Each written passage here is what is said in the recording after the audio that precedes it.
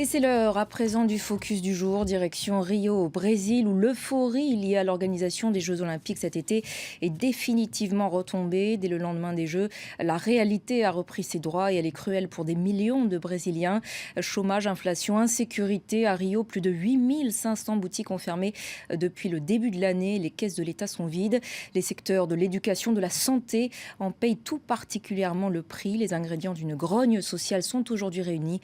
Voyez ce reportage de notre correspondant Nicolas Rançon avec Alan Lima. Après avoir passé 10 jours dehors, c'est un homme exténué que nous rencontrons. Georges Louis, 42 ans, agent d'entretien. La société pour laquelle il travaille réalise des prestations pour le gouvernement de Rio.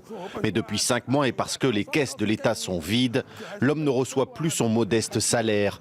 C'est alors la spirale infernale, problème financier, séparation. Grâce à un élan de solidarité, l'ouvrier dort aujourd'hui dans un foyer. Les histoires comme celle-ci se sont multipliées depuis la fin des Jeux Olympiques. C'était surtout un écran de fumée, car en réalité, oui, les Jeux Olympiques ont généré du travail, mais maintenant il y a des milliers de chômeurs. Et de plus en plus de gens sont dans le besoin et vivent dans la rue. Beaucoup de personnes en ont perdu leur raison de vivre. Pourquoi? Les Jeux Olympiques, c'est bien? Oui, c'est bien, mais le Brésil et surtout Rio de Janeiro n'étaient pas préparés à accueillir ce type d'événement. Manifestations, blocages, le contexte social est explosif. Ici, ces 300 travailleurs attendent eux aussi le paiement des salaires, non payés depuis juin dernier. Alors, tous les jours, ces membres du syndicat de la construction apportent leur soutien à ces ouvriers désespérés. Não é só vocês que estão vivenciando isso. Outros trabalhadores no município do Rio de Janeiro também estão com problemas. Estão com problema nas obras da prefeitura, estão com problema de obras que é do governo do estado. O que a gente está vivendo hoje... Ce que nous vivons actuellement est une honte. Une honte pour nous tous. Nous qui payons nos impôts, pères de famille, travailleurs, de plus en plus sont au chômage. Et ce que nous savons, c'est que la mairie de Rio doit plus de 200 millions d'euros à des sociétés qui ont travaillé pour les Jeux. Santé, éducation, transport, les services publics s'effritent jour après jour, affectant la vie des habitants et surtout des plus modestes. Comme dans le Complexo do Alemão, le plus grand ensemble de favelas à Rio. C'est ici, dans ce 20 mètres carrés, qu'habitent David Tavares et sa mère Jupira. À 71 ans, elle ne peut plus se rendre chaque mercredi à l'hôpital pour soigner un glaucome. Elle vient de perdre la vision de l'œil gauche. Je ne vois plus rien de cet œil, seulement de l'autre. Le téléphérique inauguré en 2011 et qui fut le symbole du nouveau visage de Rio de Janeiro est à l'arrêt. Son opérateur affirme ne plus être payé par l'État depuis avril. Il réclame plus de 5 millions d'euros. Des milliers d'habitants sont donc pénalisés et Jupira est coincée chez elle. En taxi, elle devrait débourser 20 euros. Impossible pour David, lui aussi au chômage. Ils ont fait plein de travaux, beaucoup de choses, mais pour rien. Et le pire, c'est que depuis que le téléphérique est fermé, ils n'ont même pas mis à disposition un véhicule au moins pour les personnes âgées, afin qu'elles puissent aller voir le médecin là-bas en bas. Il n'y a rien, même pas une voiture qui pourrait les déposer et les ramener. Même ça, ils ne le font pas, ils s'en lavent les mains. Cet économiste et spécialiste du sport tirait pourtant depuis plusieurs années la sonnette d'alarme. Il était illusoire de penser que l'organisation de grands événements internationaux pouvait sortir Rio de cette grave crise économique. Si vous ne créez pas, si vous ne produisez pas, si vous n'investissez pas dans des secteurs comme par exemple un secteur touristique d'excellence, qui se repose sur de bonnes structures de transport, de communication, en mettant fin à la violence et en assurant une sécurité totale pour les habitants et les visiteurs étrangers, vous récoltez ce que vous avez semé, c'est-à-dire la paralysie de l'économie, la faillite d'un État et une calamité publique. Cette situation préoccupe aussi Jefferson Teixeira. Après avoir participé à la construction du parc olympique, lui aussi est au chômage. Je ressens beaucoup de tristesse en voyant cela. Tout a été construit, monté pour si peu de temps. Les Jeux sont arrivés, ils ont tout maquillé pour que les étrangers, les personnes de l'extérieur profitent des Jeux. On a tous sué sang et eau en travaillant ici. Les Jeux sont passés, je suis au chômage, sans perspective. L'État est en faillite et je vois tout cela qui se dégrade.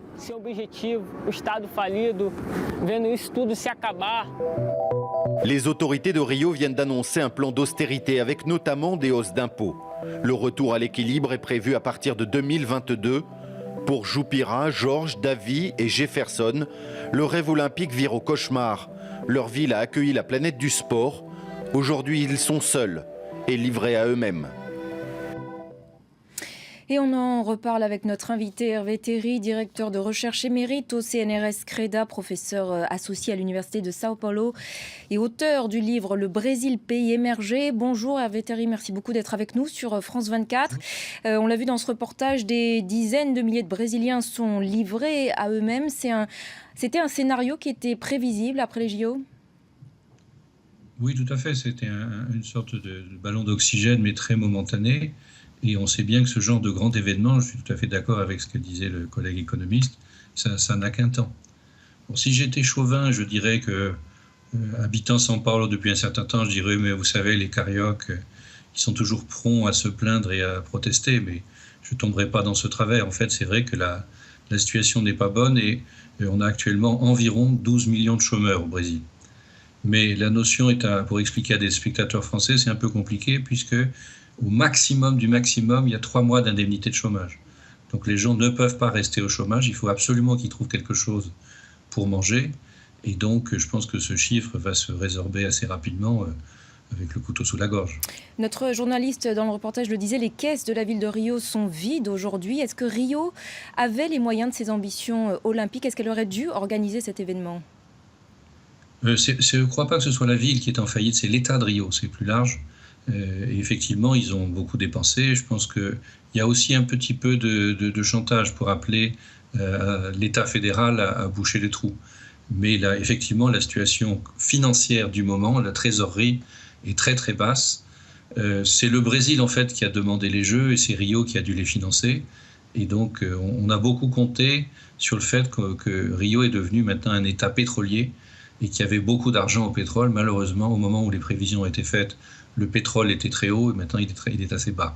Pour revenir sur la situation économique globale aujourd'hui du pays, on l'a dit, les caisses sont vides, la dette publique explose, tout comme le chômage, et le pays est plongé dans la récession. Est-ce que, selon vous, les ingrédients sont réunis pour une nouvelle révolte sociale, de nouvelles manifestations ? Je serais très prudent là-dessus, puisque les grandes manifestations 2013, personne ne les avait prévues, c'était tout à fait inhabituel. Tout le monde pensait qu'il y aurait des grandes manifestations après la chute de Lima, il n'y en a pas eu, et donc il faut être assez prudent. Les dernières prévisions que j'ai vues disent que l'an prochain, le Brésil sortirait de la récession. C'est une des particularités, c'est un pays qui donne des coups de barre très brutaux et qui peut plonger dans la récession et en ressortir très vite. Il y a quelques années, il était à plus 7,5%. Il vient de passer 2 années dans le rouge, mais il pourrait très bien être dans le noir ou dans le bleu, revenir positif l'an prochain. En tout cas, on a bien senti la colère des Brésiliens dans ce reportage. L'État est donc, pour le moment en tout cas, en faillite, alors que les scandales de corruption se sont multipliés ces derniers mois. Où en est-on d'ailleurs de l'enquête sur le scandale Petrobras ? Alors il avance et il se pourrait qu'il y ait des révélations bientôt, puisque les principales firmes de travaux publics, qui étaient le moyen par lequel circulait l'argent sale, ont les unes après les autres obtenu des accords de délation primés, c'est-à-dire une réduction de peine en échange de révélation, sauf la plus grosse, qui apparemment maintenant est sur le point d'y arriver. Et donc son patron, qui est en prison depuis presque 2 ans, et 80 de ses cadres vont dire ce qu'ils savent. Et on s'attend à ce qu'ils disent, enfin c'est une notoriété publique, mais ce sera officiel, qu'ils ont arrosé toute la classe politique, tous les partis. Hervé Théry, après, on se rappelle la destitution de Dilma Rousseff, c'est le gouvernement libéral de Michel Temer qui est aux manettes. Est-ce qu'il a réussi, depuis donc 2-3 mois qu'il est au pouvoir, à asseoir sa légitimité ? Il y a eu un certain nombre de protestations, mais pas plus que ça, puisqu'il faut bien le dire, ça a été fait dans les formes, donc il n'y a pas tellement matière à recours légal, et on n'a pas le sentiment que l'opinion soit prête à suivre ce qui reste du Parti des travailleurs dans sa théorie du complot. Et ce qui a changé aussi ces derniers jours, c'est que subitement tout le monde s'est mis à se préoccuper beaucoup plus des résultats économiques et politiques de l'élection de Trump que de quoi que ce soit d'intérieur. Donc le sujet, la page a été un peu tournée, me semble-t-il. D'accord. Et le gouvernement libéral de Michel Temer a en tout cas annoncé de nombreuses coupes dans les dépenses et une hausse des impôts à venir. C'est un passage obligé aujourd'hui pour espérer pouvoir redresser le Brésil, l'économie brésilienne ? Alors ce qu'il a négocié et qu'il a presque obtenu, il reste à passer encore au Sénat, c'est une limitation des dépenses publiques pour les 20 ans qui viennent. Et à partir de là, on s'attend à ce qu'il y ait des coupes. Il y a plus d'inquiétude que de réalité pour l'instant, mais ça paraît aller assez bien. Et en principe, il n'y aurait pas de hausse d'impôts. Mais il est certain qu'au Brésil comme ailleurs, l'équilibre des comptes publics devrait être l'idéal. Mais je ne pense pas que ni la France ni les États-Unis aient de leçons à donner dans ce domaine. Ça paraît effectivement nécessaire, en tout cas, se rapprocher de l'équilibre. C'est une nouveauté pour le Brésil qui, depuis des années, avait un excédent fiscal. Là, pour la première fois, il a se préoccupé de limiter ses dépenses. Merci beaucoup Hervé Théry pour cet éclairage sur la situation économique et politique du Brésil.